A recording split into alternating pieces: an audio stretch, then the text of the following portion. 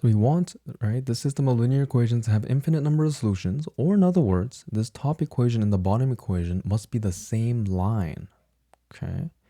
So if we know that, what do we have to multiply to this minus 4 to get to 6? Okay, so minus 4 multiplied by some number a has to be positive 6. Divide both sides by minus 4, right, and you end up getting minus 3 over 2. Okay, so let's multiply the top and bottom of this equation, the first one, by minus 3 over 2. Then I get minus 3 over 2 cx, right? Then plus, right, 4 times minus 3 over 2, right? I'll get 12 over 2, which is just 6y. Okay, so we get this. And then if I do 14 times minus 3 over 2, 2 goes into 14 7 times. So 7 times minus 3, you get minus 21. Okay, so notice again that all the numbers here are the same except for this.